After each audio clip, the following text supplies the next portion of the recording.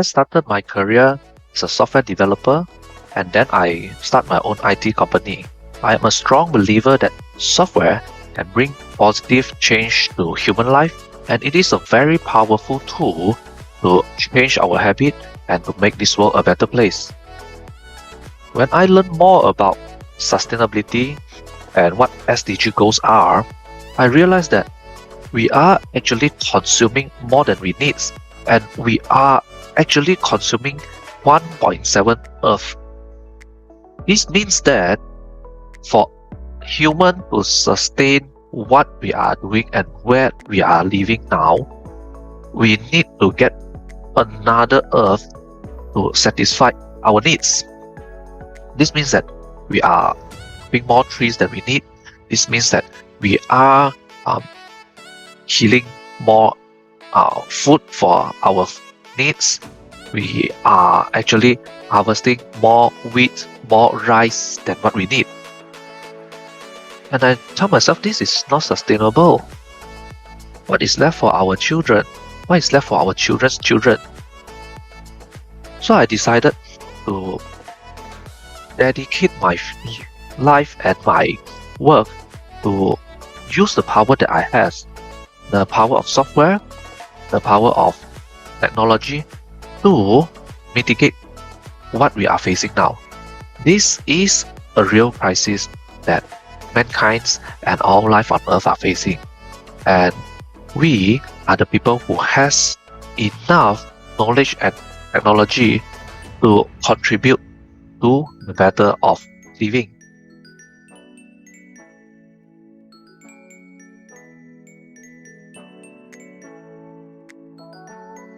So we will have a basic 3R solution to how we manage our event.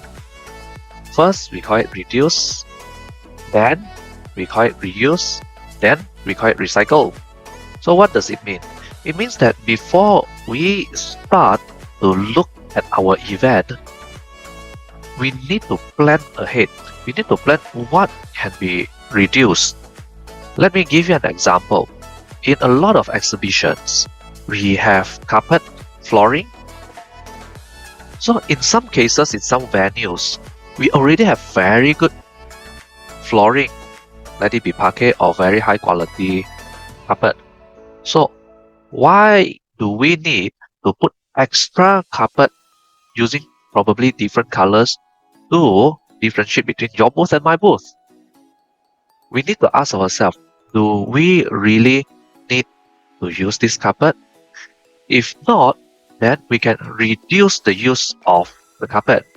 And this is a real story where when we work with event organizers, they talk to the venues. Why? Because, for example, when we are having functions and exhibitions in a hotel normally they'll have very nice carpet, right? And the venues, which means the hotel owners, they will want us to put extra layer of carpet so that we don't damage their carpet. So this group of event organizers, they continuously engage with event hall owners like the hotels or exhibition halls, and recently there's a very good understanding where the venue providers, the hotels, says that it's okay not to have extra layer of carpet if the show is unlikely to damage hotels' carpet or flooring. So this is a very good way to show that when we start our event, we need to plan ahead, where we plan how do we reduce the amount of items or the amounts of material that we use. Then we move to the second step. If we really cannot reduce it, we must use the items or the materials. Then what we need to think about is how do we reuse.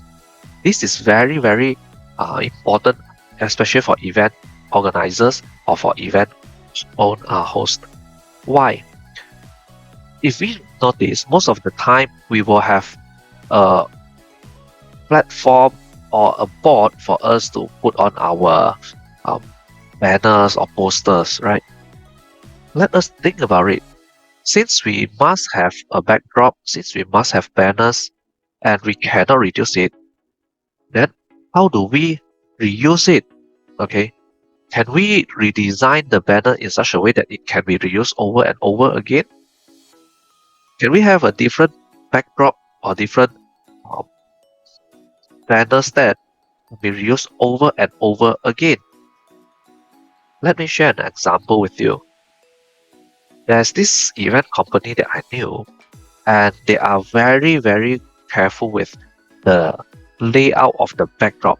Because as we know, the backdrop needs to be made out of wood, a big piece of wood, and then they need to have several structures to hold the wood so that it looks steady and it stands still and is safe for the people around it. What this company do is they design the backdrop in such a way that it can be used over and over again. So for example, this month they are having an exhibition in KL, they will use the same backdrop. After the event, they do not tear it down, they dismantle it, they store it properly back into their store, and when they have another event, they will reuse this backdrop again, reassemble it again, so that it can continuously use it for a lot of times. And I have another interesting example of how do we reuse items. A lot of the time when we go to exhibition, we as the organizer, we will ship our items to the event venue. And what do we do with our item? We need to protect it, right? So we use a lot of shrink wraps and a lot of wrappers to wrap our items. We move it to the event hall, we unwrap the items, and then all the exhibits are there in the shop, in the event. What do we do with the wrappers?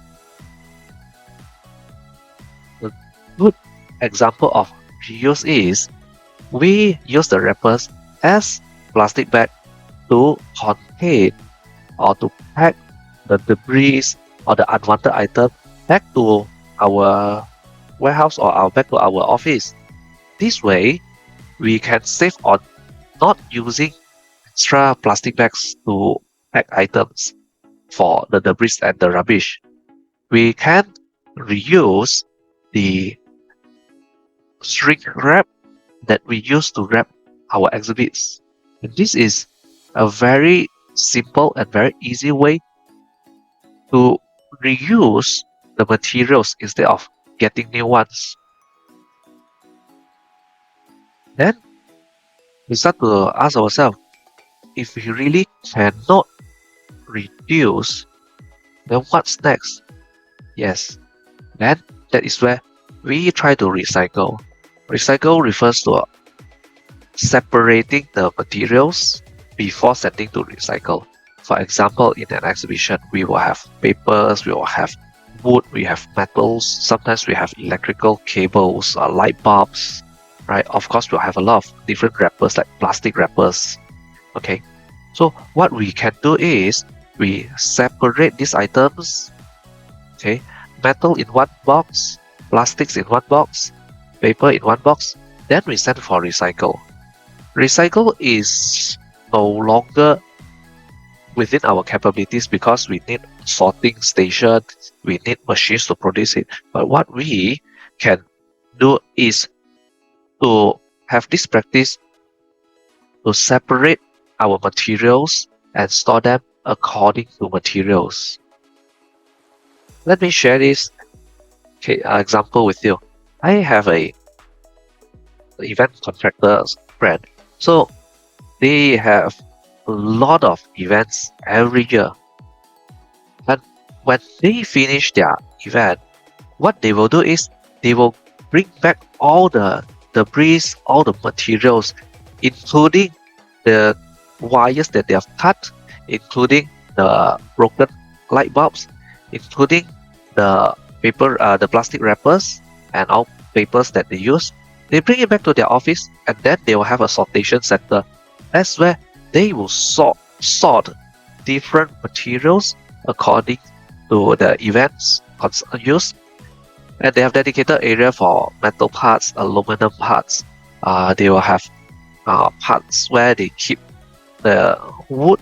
Okay, because when in an exhibition, sometimes when we do custom design, we have some pieces of metals or aluminums that are off cuts from the main booth, right?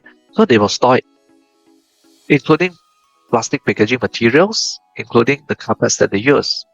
Every month, they will collectively sell all these materials to the recycle centers.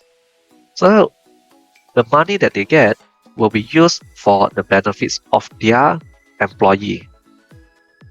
This is a very good example of how we look at the materials as a new material, or we look at the things that we use as a source of income rather than looking them at as a waste.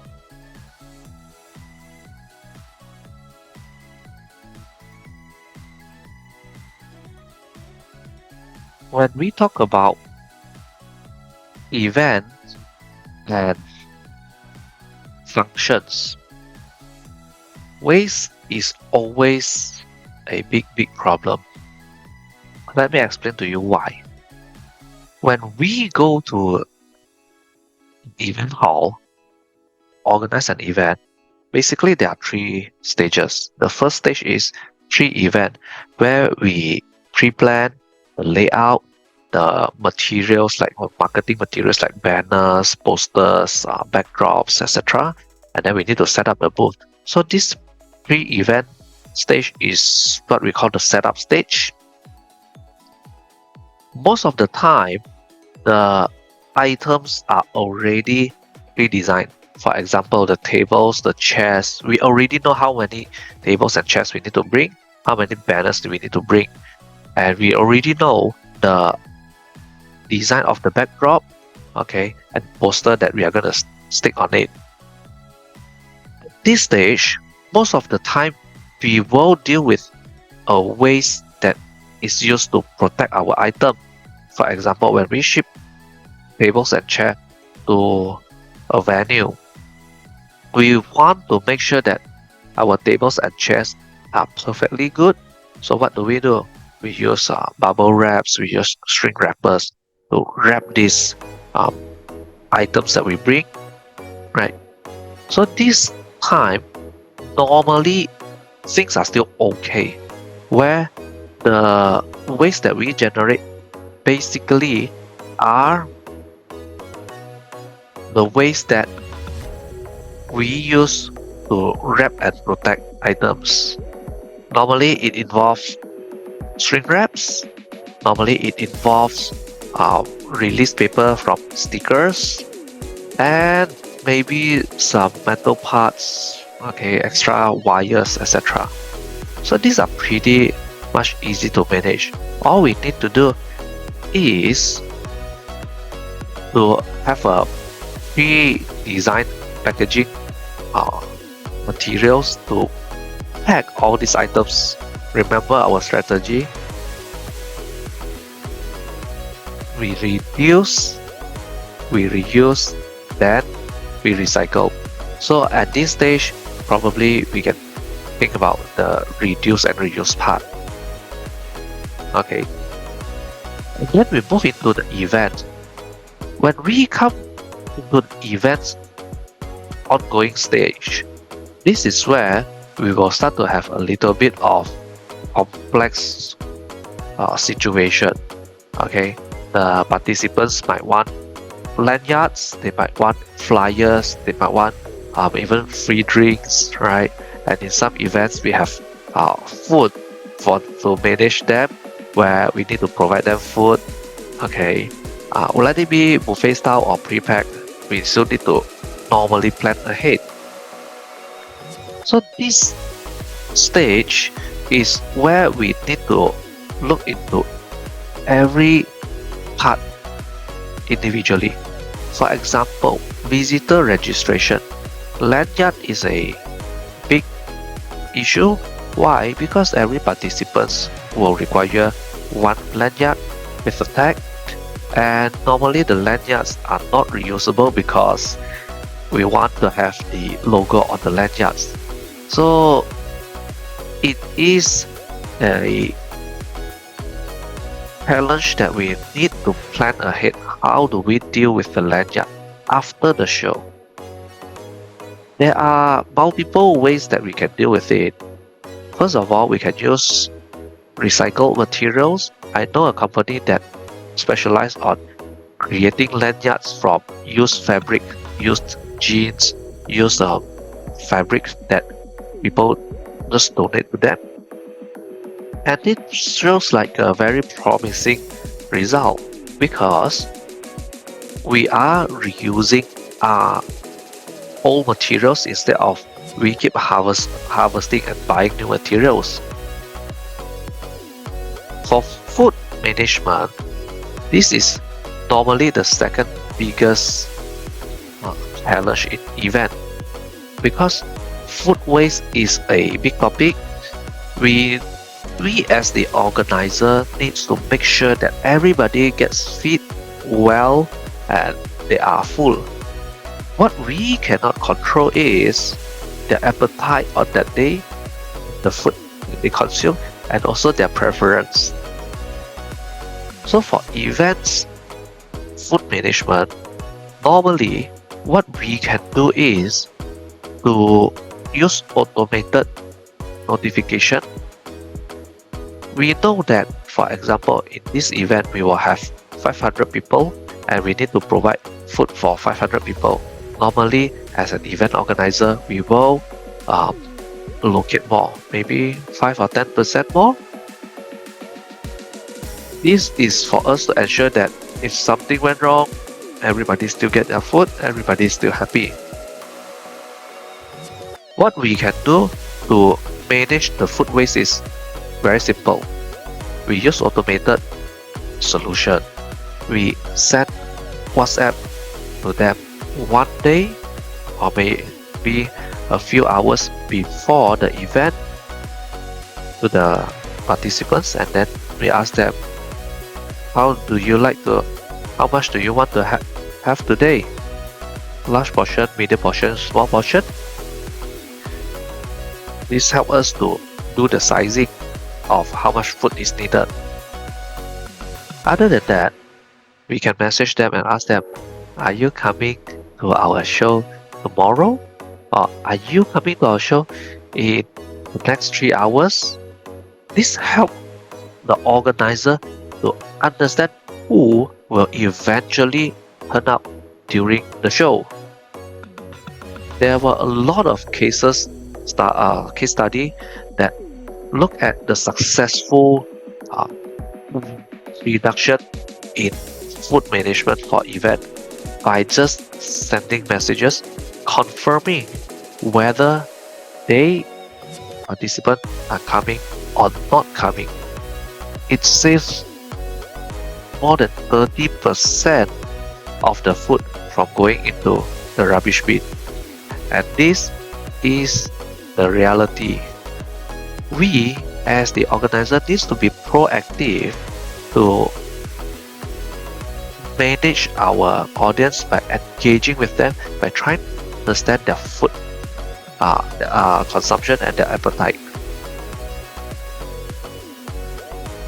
After we look at the food waste, we ask ourselves, is this something that we can reduce? Yes, we already tried our best to reduce. Then, what's next? Can we reuse? Yes, of course. How? It's very simple. We manage the food that are delivered and get exposed to the air. Okay, we hold the food and we slowly release it portion by portion to the participants. So this helps us to protect the safety and the freshness of the food that are not consumed.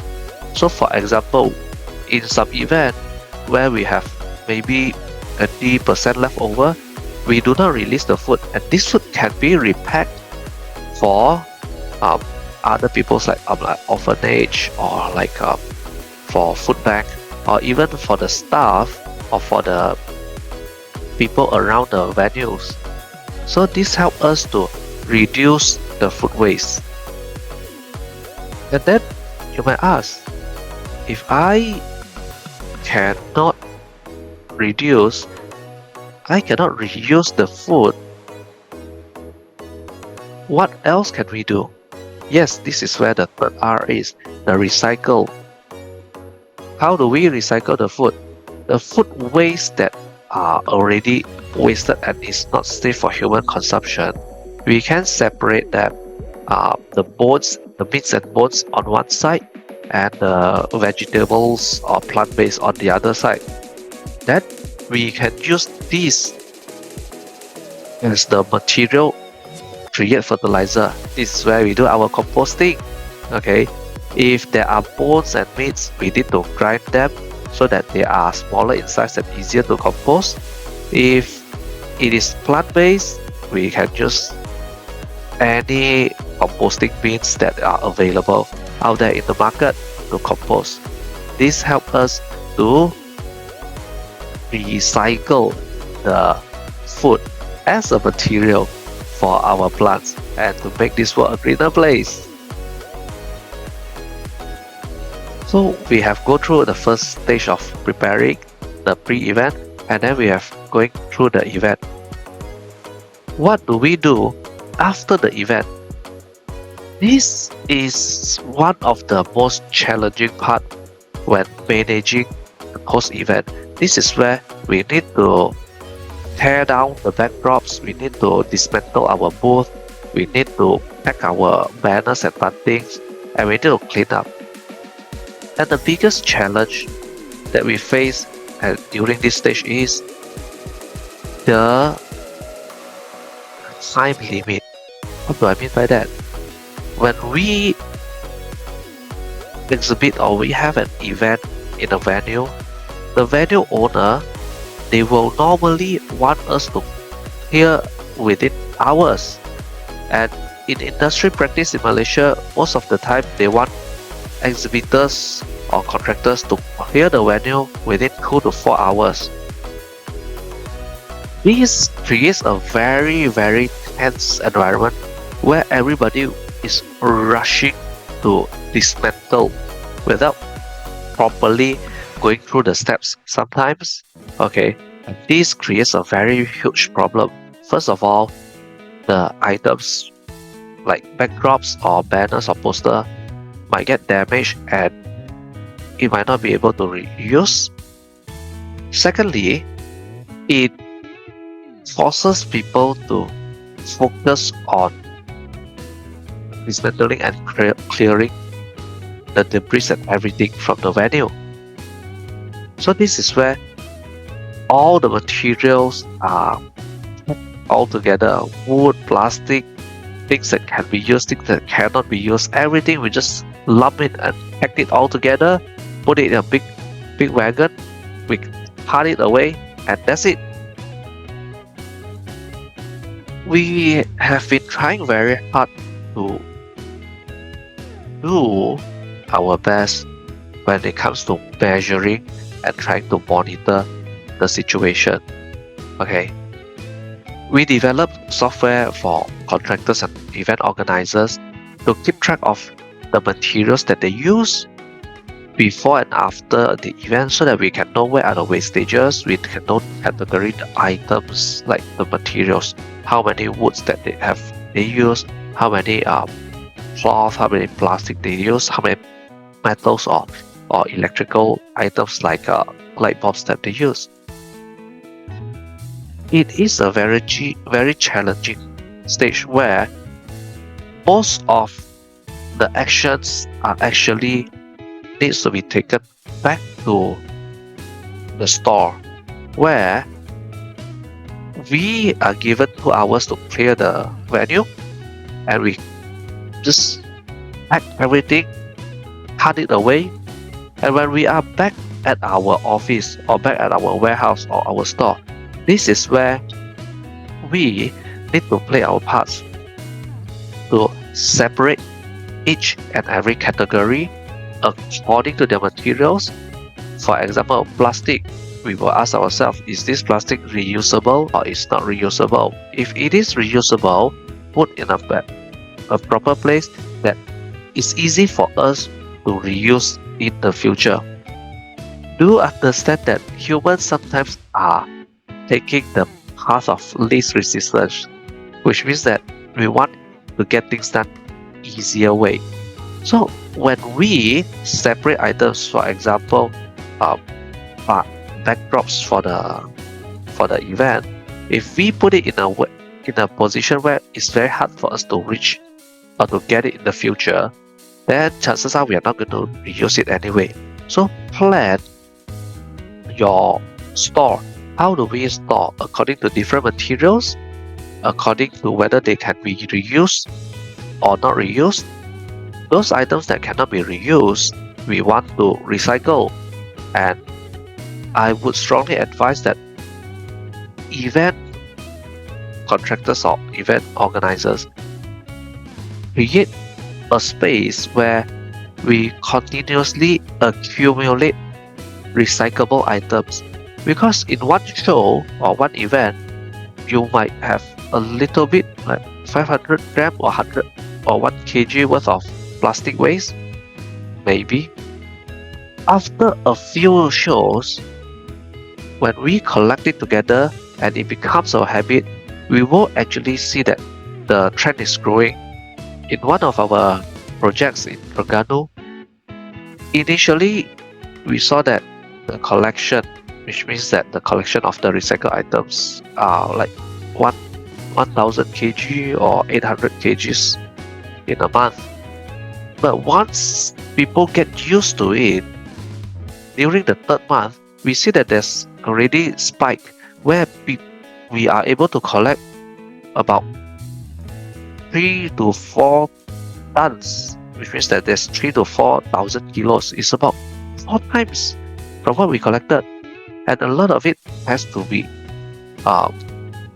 thankful to the change in behavior. The first few times we do this separation, it's very hard to stick.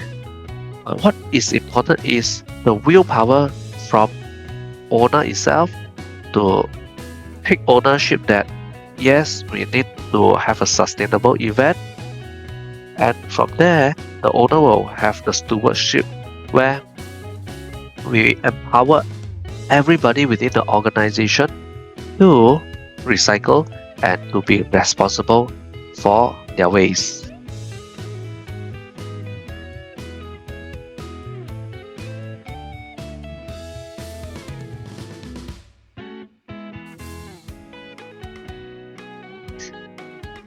This is a very interesting question. You see, a lot of the times when we are dealing with exhibition or events, we are actually trying to satisfy the participants. Therefore, the participants' expectation is one of the key items for us to really look into. Let me give you an example. As a participant, when we visit an event, we want to feel special, we want to feel respected, and we want to get some kind of recognition. So we want our lanyard, we want our events to have multiple different new designs, okay, new concepts. We want the carpet to be comfortable, okay, and looks new and looks good. This is one of the expectation or industry standard that the participants set for the organizers. For event organizers, normally what they want is to satisfy the customers, which are the participants. And this is where I strongly believe that by educating the general public about sustainability, where the participants will look at attending an event is for the content, for the knowledge or for the experience of the event that should matters more than the personal satisfaction of, for example, having a fancy uh, name tag that cannot be reused, okay, or like mentioned earlier, the carpet that needs to be thick, uh, beautiful, clean, etc. So what we are advocating now is the public, people in general, have to relook at events as the place where we want to get the results, items, or the deal done. Let me give you another example. Gift hunters. Gift hunters are very, very common in a lot of events where the participants will be expecting a lot of free gifts from the organizers, and most of the time they really do not want it. One reason is because they, as the participant, feel excited to get free gift, but they never use it, or they don't really use it. Okay, this created a demand for things that we do not need, and this is the biggest enemy of sustainable event, because the exhibitors or the organizers will look for lower quality, single-use free gifts that are to be handed out, given to the participants. So at the end, when we think about it, it's really like the participant wants a gift, the event organizers give them a gift, and actually nobody wants it and nobody uses it anyway. So this is actually consumer, or we call it the participants driven activities. So when the participant understand that, look, I only take things that I want. If I want a brochure, I take a brochure. If I want a pen for writing, I get a pen for writing. And it's not about gift hunting. Then this shows a change in behavior that will, I believe, contribute to a more sustainable and more meaningful event. And let me share with you a third example of how the attendees or participants can contribute to a better and more sustainable event.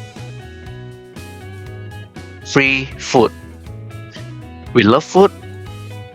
We love good foods. And a lot of the times, participants or the attendees visit the show for the free food.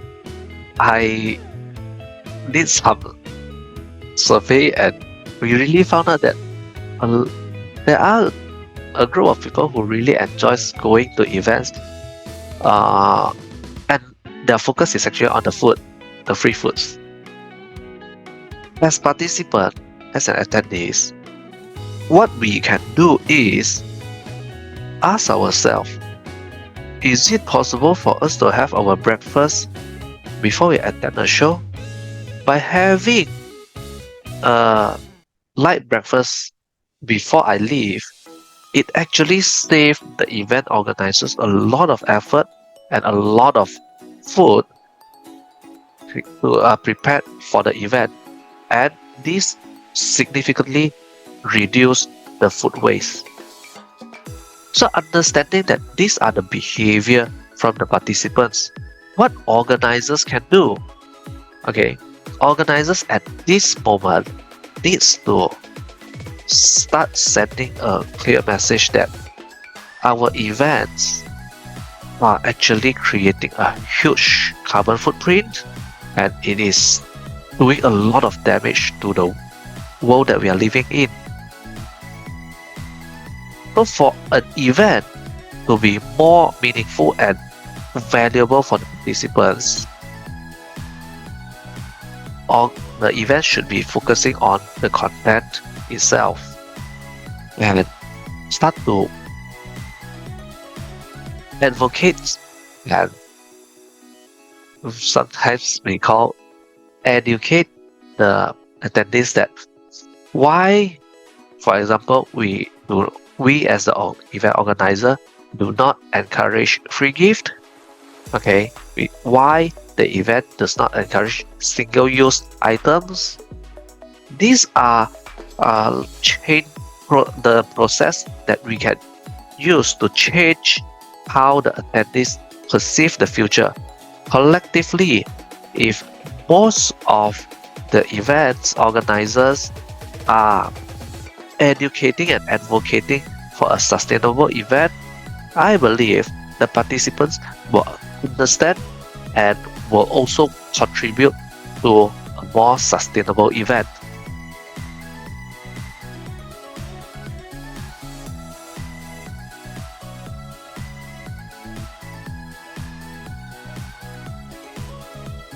I love it when people ask about balancing environment impact and economic impact. Well, for me, I am a strong believer that when we do good to nature, when we protect the environment, the economic benefits will come. What do I mean by that?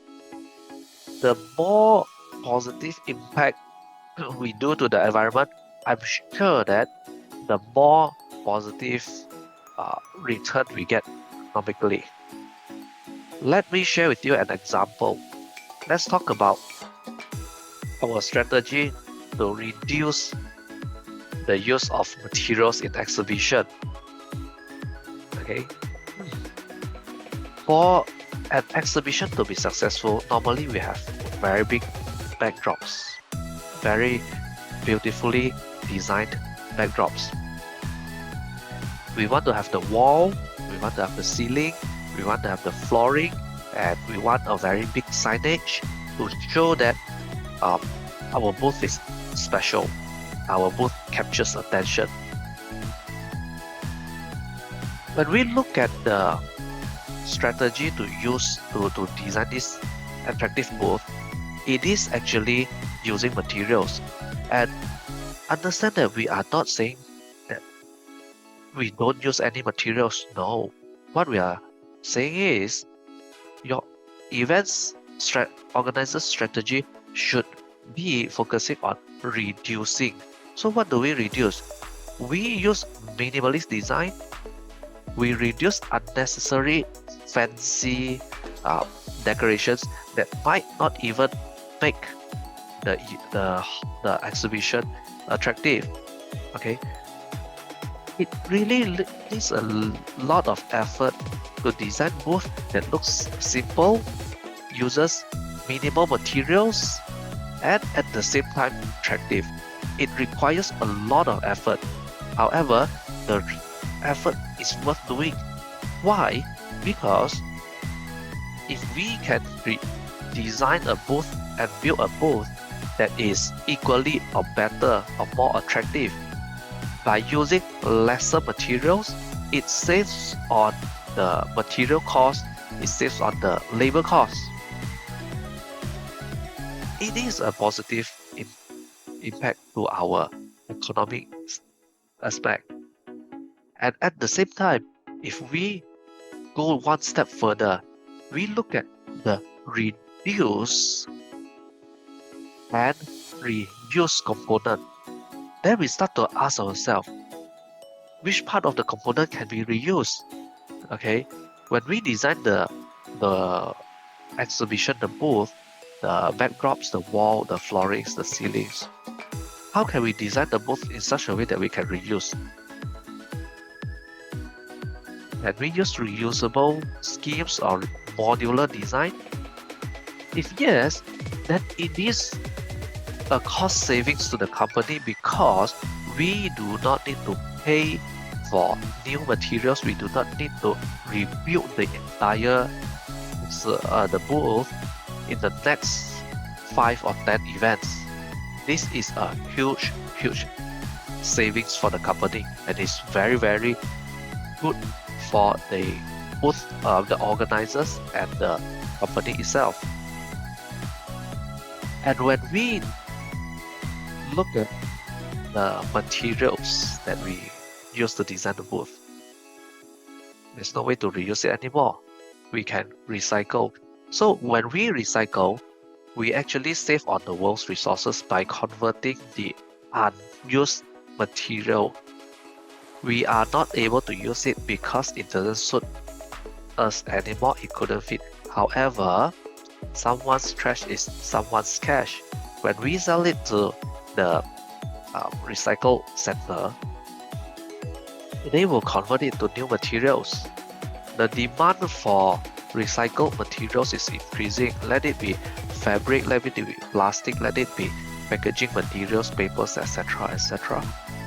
The demand for recycled materials are increasing, and the trash that we sell to the recycle centers are actually the raw material for them to keep producing sustainable or recycled materials. And think about it, when we look at the positive impact that we can contribute to the environment, we reduce unnecessary spending, we reduce buying unnecessary items for the event. Then we reuse whatever is usable, which means that it is still a cost saving for us. We do not need to buy over and over again. Then lastly, after we use it for 5, 10, maybe 20 exhibitions, we sell it and we convert it back to cash. So isn't this a great idea where the better we treat the world, the better we treat the environment, the more cost savings we have for the company, the more cost savings we have for the event itself.